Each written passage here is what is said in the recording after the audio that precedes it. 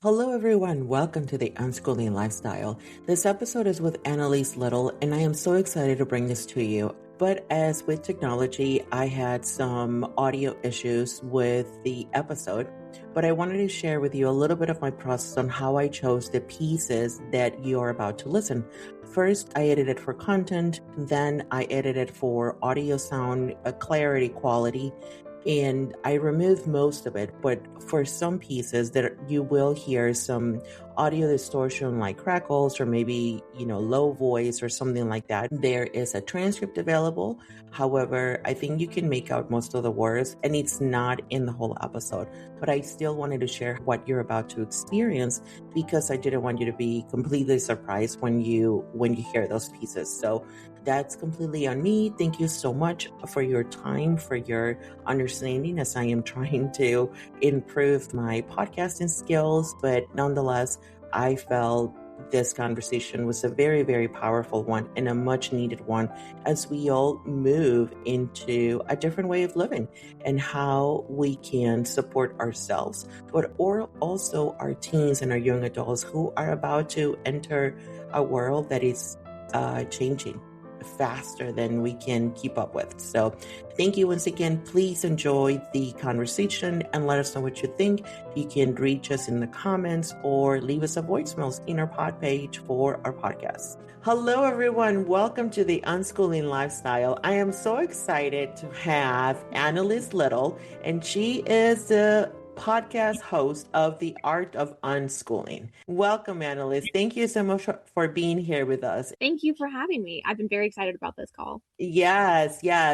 I wanted to bring you in because Annelise grew up on school. I wanted to bring her perspective on. Would you be so kind to share a little bit about your experience as a child and how your mom got to choose unschooling for you and as a way to raise you? Absolutely. So my mom homeschooled. She did a correspondence course through high school. So she was already familiar with the concept of doing school in alternative ways. And then when I was born, she was quite young at the time, but she knew that she didn't really want to send me to the same institutions that she had a lot of problems with.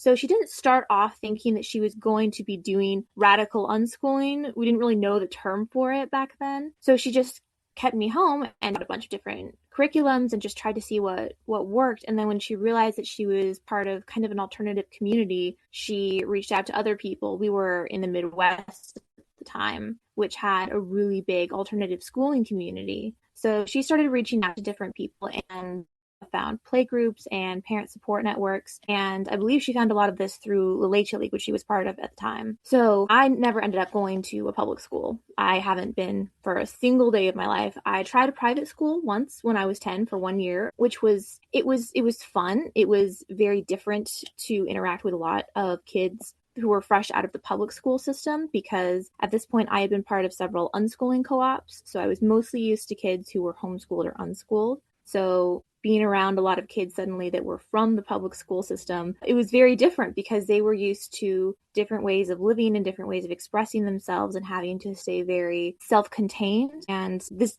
kind of segues into what we're talking about, because a lot of the kids here were just turning 13 and 14 and trying to figure themselves out as teenagers. It was difficult to try to figure out how to relate to these kids because they were used to such a controlled life and they weren't used to taking a lot of initiative. So sometimes they would stumble a lot in our classes because the classes were run by a college professor and he was wanting us to take a lot more initiative with our learning. And they had trouble with that because they were used to just being told, okay, here's our curriculum, here's what we're learning, here's what I want you to research and write about. And now they're being asked questions like, what do you want to learn about? What do you think we should research? What books do you want to read? And I was usually one of the first people to answer just because I was very used to this, being able to decide what I wanted to learn. So That is so fascinating, though. So from early on, it feels like, like we're being told one way to be one way, do not think for yourself.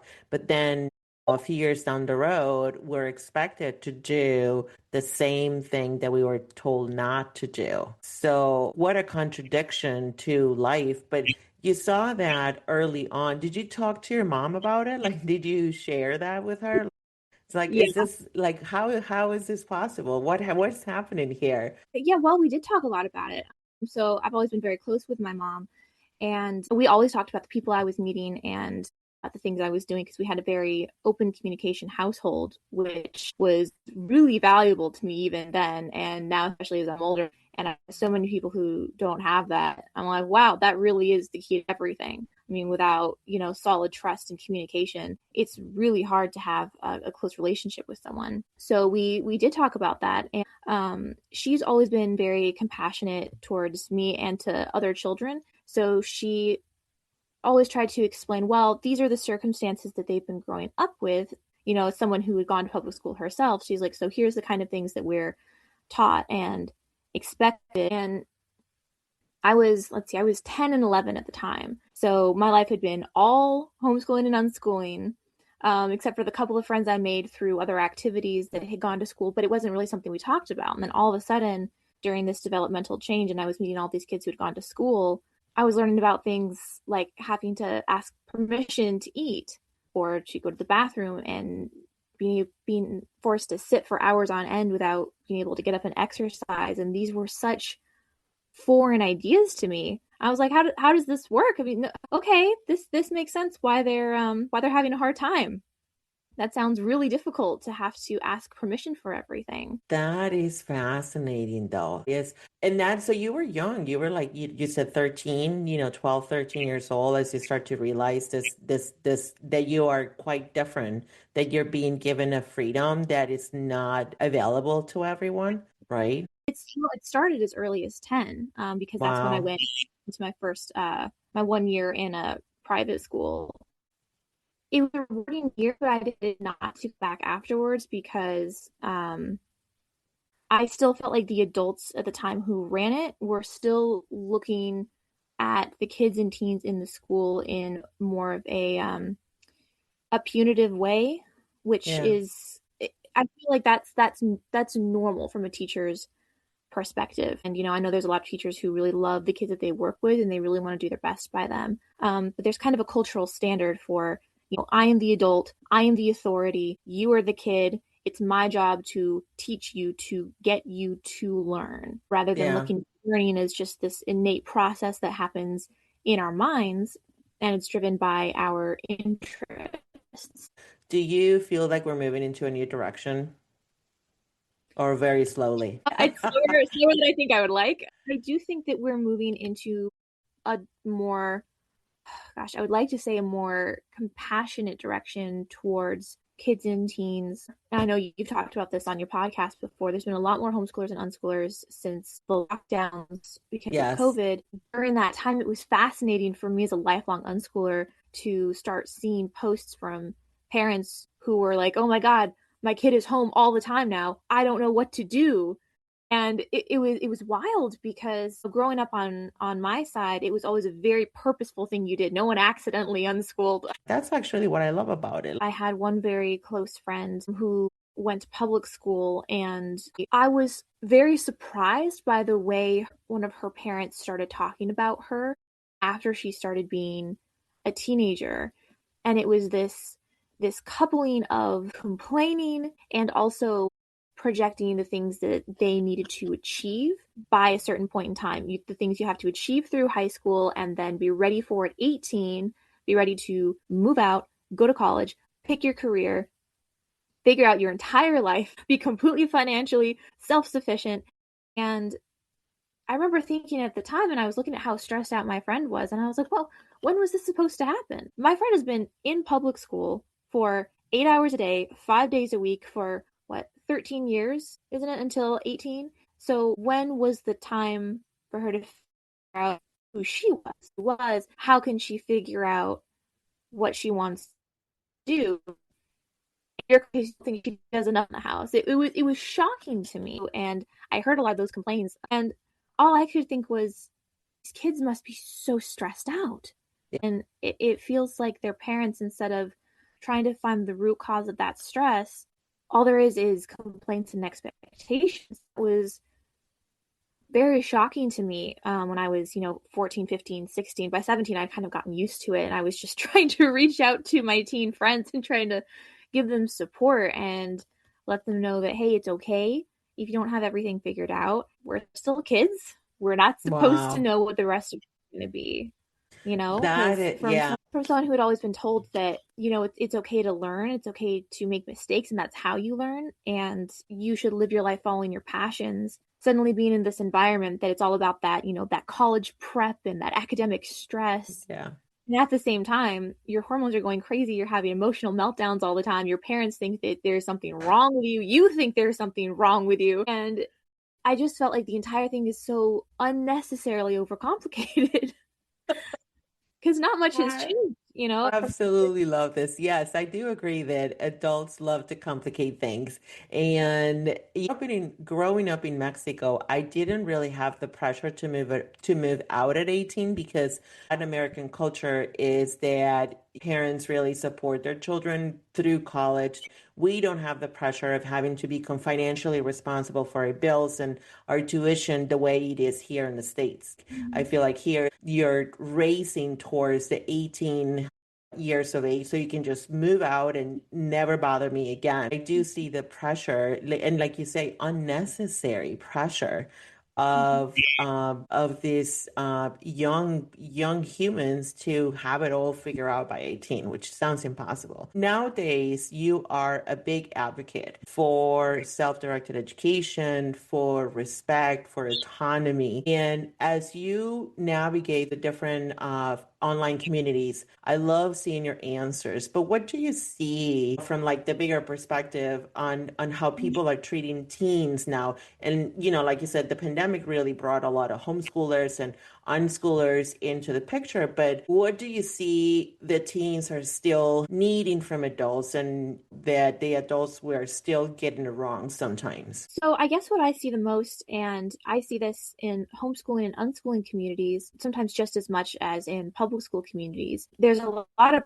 posts that I end up commenting on that are talking about wanting to figure out how to get their teens into college and how to help them succeed. And the word I see a lot is integration. How do I get my kid to integrate? How do I know that when they, turn 18 and they move into the adult world, that they're going to be able to integrate?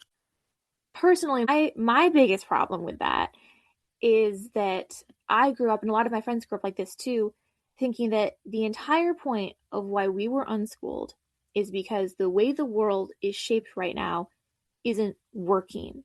And to me, that doesn't stop at the school system. To me, that goes into this system we have of being completely dependent on colleges and universities for any job that could help us make a living. And it goes into the workforce, the corporate workforce of having to conform to everyone else's rules, to a company's rules, to a lifestyle's rules. And I always thought growing up that the point was to be different, not to integrate, but to challenge the status quo. I mean, for a parent choosing the unschooling lifestyle, and of course I'm saying this from the outside, and just from talking to a lot of unschooling parents who didn't start out as unschoolers themselves, it's an active choice you make as an adult with your child, but as someone who grows up in it, who doesn't completely know a different way of life, it's not a choice, it's just who we are. So it's not we don't think of it as, oh, this was our schooling choice. This is just our life. This is how we've been brought up to live. We've been brought up to take initiative and to ask a lot of questions and to learn in a way that works best for us. So getting to the point of being a teen, all of a sudden there's all these questions from the adults around us. Okay, well, what are you going to do now? Okay, well, so you've been unschooled. Great. What's your plan going forward? How are you going to be an adult just like everyone else? And I see these comments and questions and things that I've even been told from other people, and my response is always, well, I don't really want to be like everyone else. I don't want to be like every other young adult because I wasn't like every other kid. So I'm going to keep living my life as an unschooler the same way of challenging the status quo and asking questions. And I think that that's a scary thing for parents to think about because they don't want life to be hard for their kids. I'm going to take a compassionate look at it here.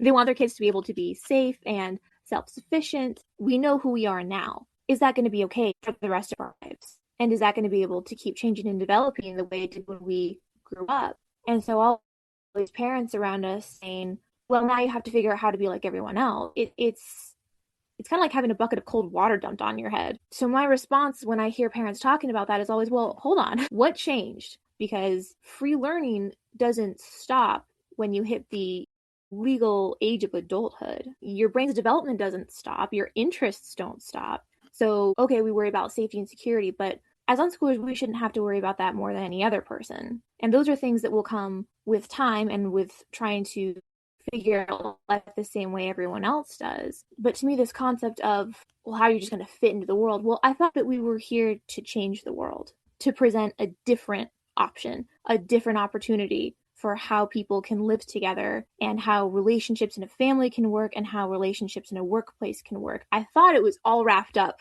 into one big thing, which is we're here to be different. Oh my goodness, this is so juicy. And this is what I love doing the podcast because this is for everyone else out there, but this is also for me because I love this perspective. And then honestly, right now, I never really thought about it like that, the way you just put it, because so here I am, right? I started traditional homeschooling. Then we Mm-hmm. are, I say, and you can go back to the beginning of my podcast, the unschooling lifestyle goes beyond academic freedom, right? It goes towards freedom of how you eat, how you manage your day, but it's also very different. We all work, it's not them or just me, it's all of us making decisions together and living differently. But then we see the world changing, and like if they're living differently between their ages that they're supposed to be in K through 12, so that lifestyle should not stop. So here they will be breaking the mold as to what careers, jobs they will choose Mm-hmm. to continue to live a fulfilling life. And I think this is where my friend Marissa says our kids will be doing jobs that have not been created yet. Like you say, you are Mm-hmm. here to change the world and to have a continuation of asking questions, live by curiosity. Okay, this is so juicy. Like I can't get over how important this is. And I love that you brought this up because this is, you're right. People ask, they have all this freedom, but they're like, okay, you're hitting the mark for 17, 18. How do I make a transcript so you can go to college? In adding to this, you often talk about redefining what success is for families. And you can elaborate a little bit on how you put this to for other people. Yeah, sure. So what I always start with is yes, I've gotten jobs, several. Yes, it was relatively easy as everyone else's. I did get into college. I did not continue with it, but I didn't have any troubles in my classes. So what I try to tell people is, okay, those things that you're worried about, those are easy because between Google and the people that you talk to that have gone to college and say, okay, here's what you need to do, these things are all easy to learn. I didn't write an essay or a paper or do anything like that until I was in my first college class with my first assignment. And I just looked at a reference paper and I said, okay, that's the format. And then it was more about the content for me, which was based on my interest. And that's what I was used to. So none of that was a struggle. So the first thing I always try to tell people is don't panic about that side of things because that will just happen naturally. It has for me, it has for all of my peers. I was so blessed to be connected with other teens and kids my age who were unschooled because now as a young adult, I'm part of this generation who's gone through that whole process of being unschooled as a kid and then a teen and then going into starting to get jobs and get into the young adult scene more. And so all of the other people I know, everyone has a different story of how they've done it or what they've done, but we're all okay. We're all fine. We're as okay as everyone else is. You guys are probably better. None of you have the mental added stress. And of course, I can only say this from the outside perspective, but I have seen fewer crisis of identity in schoolers than I've seen in kids who. Yeah. So you tell people, don't worry about that. Okay, so and then after that, what do you write? So after that, I start talking about the root cause of this anxiety that parents are trying to express. I'm like, okay, so we've established that jobs in college will be fine. So what are we really worried about though? Are we worried about them being social? Are we worried about them being independent? Are we worried about their safety? Because these questions questions are very rooted in anxiety, and the core always comes back to, will my kid be okay in the best circumstances? But what I also see, and this is rarer, I think, in homeschooling and unschooling parents, because again, it's a very intentional choice to do that with your child and to be close to them in that way. But our culture is centered around not just, okay, how do we be self-sufficient? It's also about status, what kind of job we have, and how successful that job is. Okay, so a college professor might be considered above a fifth grade teacher, or a scientist would be considered above a cashier at a grocery store. There's a pecking order of how we consider successful jobs, and part of it, I think, is social status, and part of it is financial status. And so for me, I have to sit there and question, well, are these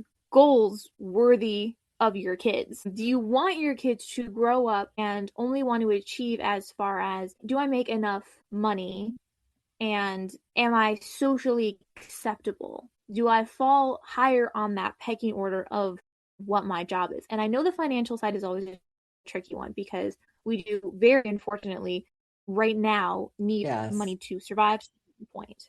Yes. That's the scary part. But if that's the case, there are creative ways to try and figure that out. And I think what gets in a lot of people's way is this concern of that social pecking order and how that affects what we see as acceptable to make money. So for me, my passions have always sat in fields that are harder to make money on, such as advocacy, which I'm very, very passionate about, my spiritual work. And these are things that are difficult to be financially self-sufficient on. So I find other ways of making money that maybe they're not the passion of my life, but they enable me to live out my passion. And I think that needs to be something that's a lot more accepted. It's not about, well, find the job you like so that you can devote your entire life to it. It's about, find jobs that work for you so you can figure out what you want to devote your life to. Oh my goodness. You guys, this is so powerful. I love this so much because it's so true. It's like, and I feel like we see this like romanticized version of like following your passion and fully living out of your passion. And if you ask anybody that is a creator or that lives out their passion, you will find that there were years where they didn't make money from their passion. So this consensus that it should be instantaneous and then we are just going to completely go on that path, it is not sustainable. Having that ability to say, well, I can do this so I can live out my passion, that is a sustainable way to navigate through life and then go through the freedom without attaching yourself to that social pecking order that you're talking about. That is fantastic. Good Lord, I am so happy about this. This is so powerful. So when you write all of this, like it really is asking a lot of questions, and they're not questions about your child, or they're questions about what we feel as parents and why is it that we're asking our children to do X, Y, or Z, like to choose a college, to you can live out your freedom, K through 12, but then after that, you need to go back into and assimilate again. These are a lot of questions, and I find in my work that that is the one thing that we are not really looking into right away. So we want to know curriculum, we want to know how to grow successful children. How do we go into online school? How do we do this? Do you get the resistance to look inwards as far as like what are they looking for? Yes, absolutely. I have definitely gotten a lot of resistance to my comments, and I always try to be as compassionate as I can, and I try to explain it from the point of view of like, look, I'm not saying that there's anything wrong with you. I'm not saying that you're doing anything wrong. There's urgency because you care about your child and because you know that the world is a difficult place to navigate. But in my experience, it doesn't work to put all the stress on you. My mom was always great never to put any pressure on me, but I've always taken a lot of initiative. So sometimes that means I took on excess pressures that I didn't need to, because I cared about representing my lifestyle and figuring out how to make it work. And then I finally relaxed a bit more in my teen years because I met other teens my age or older who had already gotten to that point and Mm-hmm. didn't have that same fear or urgency, and they were a lot more relaxed. So I started to relax. And then I turned 18 and nothing changed. There wasn't this big world changing event where suddenly I had to know what I was doing more than I did when I was 17. And Wow. it was this big exhale of, oh, my world didn't crash and burn because I didn't immediately know what I wanted to do for the rest of What my you life. wanted to do. Yes, So, that is fascinating. I feel like mhm, in the unschooling, and I don't see it a lot nowadays, but once I start share that we homeschool, they automatically, the first thing that a lot of people do is they start questioning, like this need to know that my children know something. And I still have this, I don't want to say resistance, but I feel it, right? Because it's also because from the outside, sometimes it's like, if my children know, it means that I am a good parent. So, at what point do adults stop doing that for you?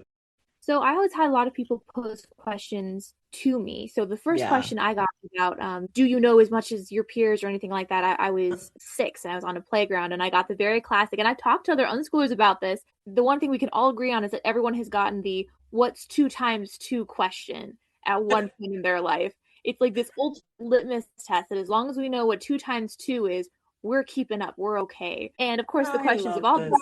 It's hysterical to me Yeah. that there are these times that people from the outside, they hear that you're unschooled and it's like they start to panic. And I don't think Yes. they really know, and I certainly don't know why when it's happening, but there's this panic where they're like, oh, but do you know all these things? Well, yeah, and if I don't, I'll figure it out if I ever need to. So I was getting a lot of questions like that throughout That my life. is so I funny.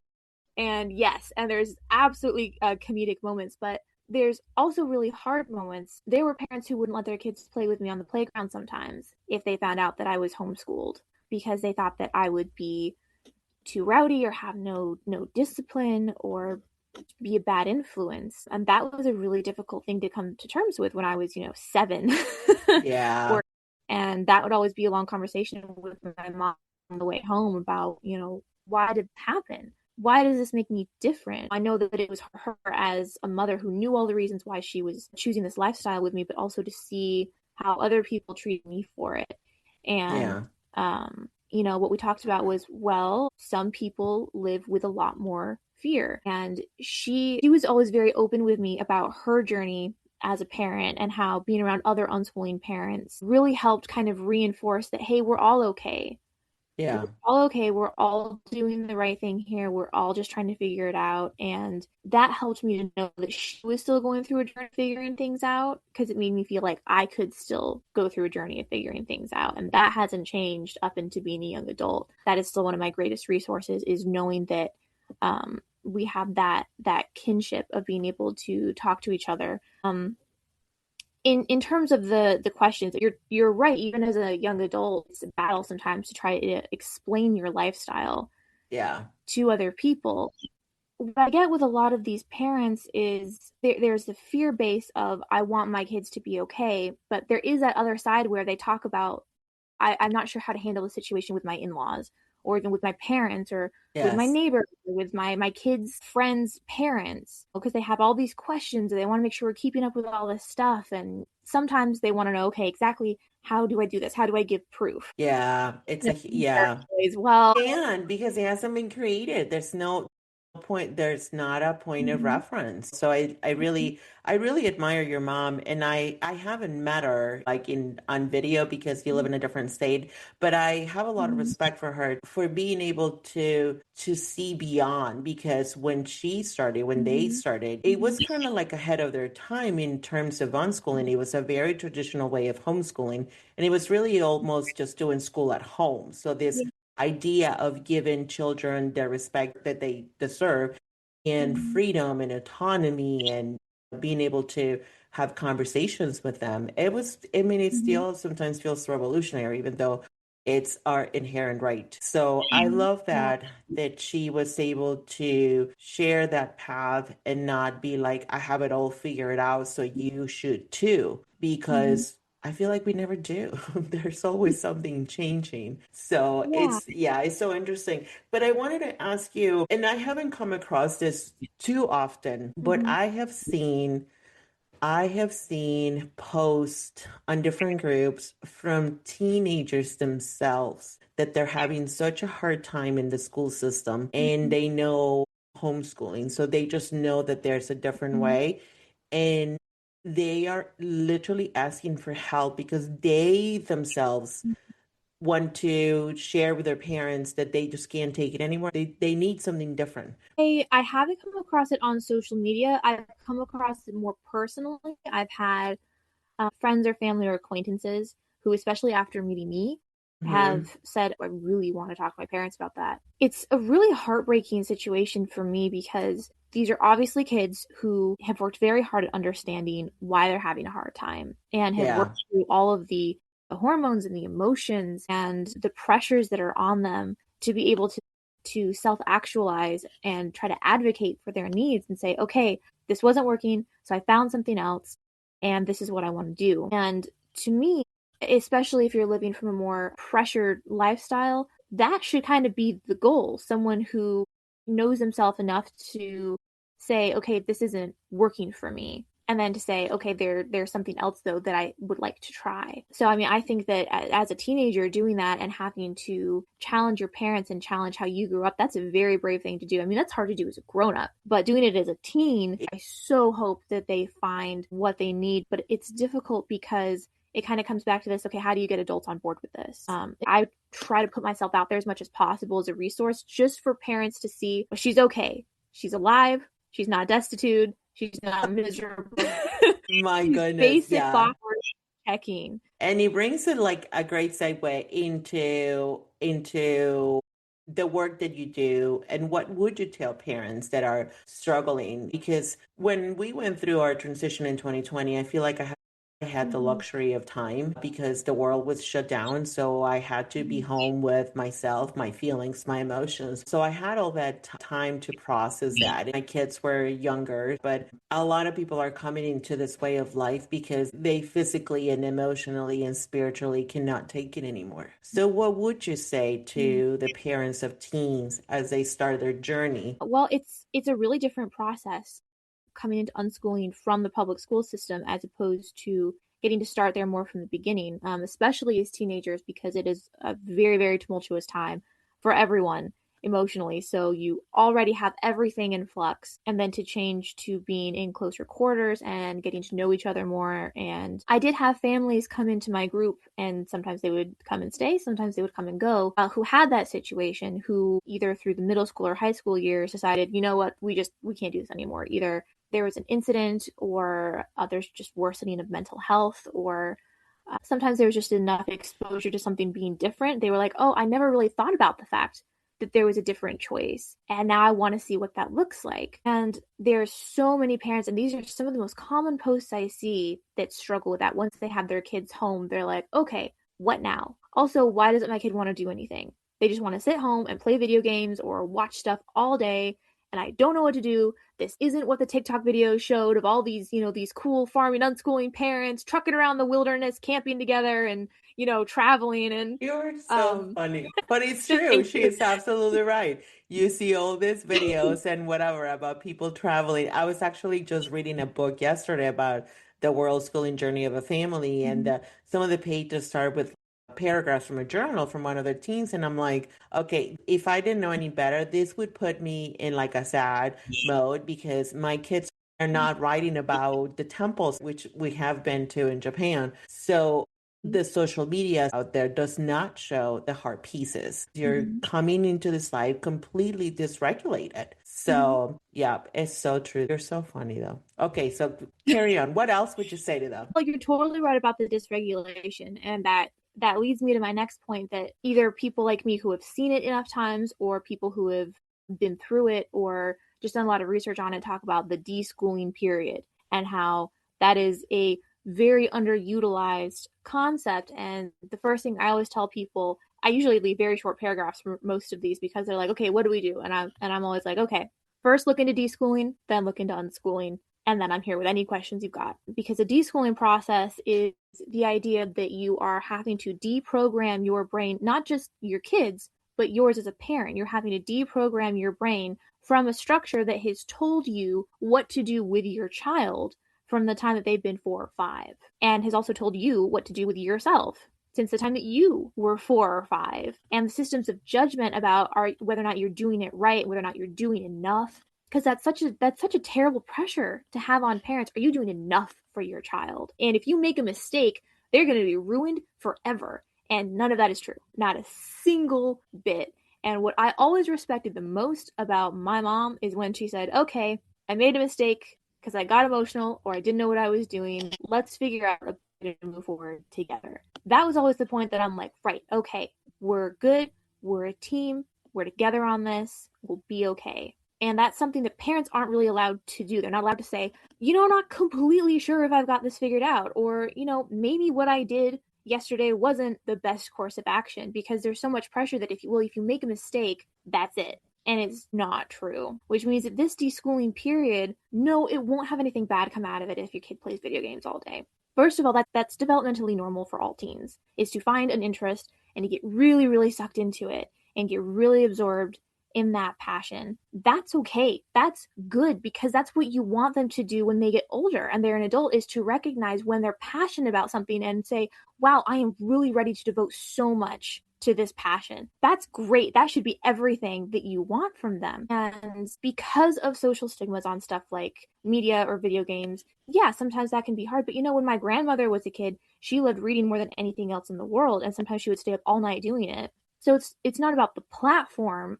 of passion, it's about the passion itself. And I think it's a good thing for passion to kind of take over your life, because there's nothing worse than feeling like you can't figure out what you're passionate about. And so in this deschooling period, you have that, but you also have the fact that you have these kids who have these nervous systems that have been completely bombarded by pressure and stress from the time that they're little, and standards and comparisons to everyone else around them. They need to sleep. They need to reset their brains. They need to learn how to relax, and they need to know that you're not going to be punitive to them the way a teacher would be because of something that they want to do. And I think that's a really difficult thing, is that when parents start homeschooling, oftentimes they go, oh, okay, so now I'm the parent and the teacher. Well, and the tricky thing is, well, a teacher, if a teacher is mean to a kid, if a child feels hurt by something a teacher says, it's a little easier to write off, because it's not also the primary caregiver who's the center of your world that you base whether or not you're good enough intrinsically on. Mm-hmm. But you do that for your parents. So if your parents are a teacher and gets punitive the same way and starts putting all these pressures and expectations that they think a teacher should, then suddenly it becomes more of a threatening situation. Not physically, but it's emotionally taxing then to say, okay, yeah, my parent is also my teacher now and expects me to do these things. And now what I need to do for myself isn't okay. And who I need to be isn't okay. And the fact that I'm, so that's another thing that I try to point out is like, look, you're still a parent, and that still needs to be the first and foremost. And what they need to know is that you see them and you accept them. And this is the most difficult part of the process that I've heard other lifelong unschooling parents talk about. It's because no matter who you are, you'll probably go through this. Trusting the process and trusting that your child will figure out what they need. And it doesn't mean completely hands off, leave them alone. Yeah, it doesn't mean neglect. You're on your own. Like, I think that some people may see that as like free range parenting, but no, unschooling, it's very hands-on. Yeah. I mean, I would say one of the most important things, because this made a big difference when I was growing up, is unschooling parents supporting each other. That's always a really big thing, because you need community, because this is hard. And like I mentioned earlier, there's all this media and stuff that make it look really wonderful. And it loved my lifestyle. I wholeheartedly recommend it to everyone. I'm very content with how I got to grow up, and I'm very lucky that I had a mom that did so much work on herself and how she viewed children and how she viewed the world, and being brave enough not to kowtow to what other people told her she should be doing as a parent. That was, I give her, complete credit for how difficult that must have been. And the support that she had from other parents was really important. So, I think it's really important to support each other. I would also say, because I grew up with my dad not being very supportive of the lifestyle, supportive enough to facilitate it financially, but he was a big source of pressure for me. And that was very difficult growing up, feeling like I had complete freedom on one side and pressure on the other. And I think that it's always hard when you have a divided household about whether or not you're growing up the right way. And I know a lot of other kids who have had that problem, in some cases, even being forced to go to school later on because of a divorce or something, and one parent petitions to the courts to have them go to school. And that's usually where courts will fall, is with something more known and traditional. And that's been a really hard transition for kids. So I would say, if you have a spouse that is really into unschooling and you're not as much, try to understand that, yeah, it is an active thing and your kids will remember what you thought about it, because it's a very personal thing to us. It's not just our schooling choice, it's how we're growing up and how we're being expected to live in the world. And we really need that support from both our parents. We really do. And I think the last big thing I would say, and this is a bit more personal, but as unschooling and homeschooling parents trying to figure stuff out, I think reaching out for resources is great, but you have to accept that there might sometimes be answers that are hard to deal with. I haven't actually been posting as much on the Facebook groups that we got connected through, because I've gotten a lot of comments telling me that I am underqualified to be talking about this because I'm not yet a parent, or because I don't have a degree. I'm not a psychologist or a teacher, but I have 24 years of experience. To me, it's not about credentials. It's about the personal experience everyone has. So I would say utilize the resources available, because there's more people than just me who want to be talking about this. Yes. And who want to advocate and who want to connect. And then, okay, really the last thing I would say is it's okay to relax. Your kids will be okay. They will figure it out. If it takes them a little bit longer, if they want to play video games until they're 18 or 19, and then they want to explore the world a little bit more, it means that they finally feel safe too. Yeah. That's what needs to be facilitated if you're worried about your kids and teens. Safety needs to be facilitated first, because then they'll feel more comfortable in being able to explore what they want, whether it's other people, whether it's jobs or college or whatever they want to do. You're their model for what is safe. Yeah. So if you decide that their lifestyle isn't okay, or is risky, or is too scary, or there might be something wrong with them if they don't meet, these particular quotas, then it's not very different from public school. Yeah. Except you're their parent. You're the person, you're their first person that they will always want validation from. So I think that is the most important thing, is realizing that what they need from you is so much more important than what anyone else thinks or any other social pressure, because all of that stuff can be figured out later. But your kids will always need you right now, especially as teens. Oh my goodness. So powerful. Annelise, thank you so very much. And where can people find you? I'll put your podcast, the link to your podcast. She has a few episodes out, and I highly encourage you to go and listen to them. They are very powerful, again, from her perspective, because the systems that we have had are slowly caving in. This new generation of human beings that are showing us a little bit of what it can look like, and what is it that we need, and how we can facilitate, and how we can rethink everything that we have been given. Thank you so much for being an advocate and for sharing your journey, your wisdom. Yeah, absolutely send people to my podcast. I also have an email attached to it, which is theartofunschooling@gmail.com. Whatever you want to talk about, whatever you want to ask, please feel free to reach out. I really love talking and connecting with people. This is everything to me. Don't be shy. The work never ends, but we're here to do it together. To me, that's the importance of having these conversations available to all of you, for you to listen, to be curious about what the questions are. How do you feel? What are your questions? What are you fearful of? And to know that you're not alone. Thank you, Annelise. Once again, I had an absolute blast talking to you and learning from you. I really, really appreciate your time. Thank you so much for having me. I was really, really happy that you reached out, because I love having these platforms to talk about what it was like to grow up in this. Yeah, absolutely. For everyone out there, please remember that your time is precious. I hope you're making it count. Take care.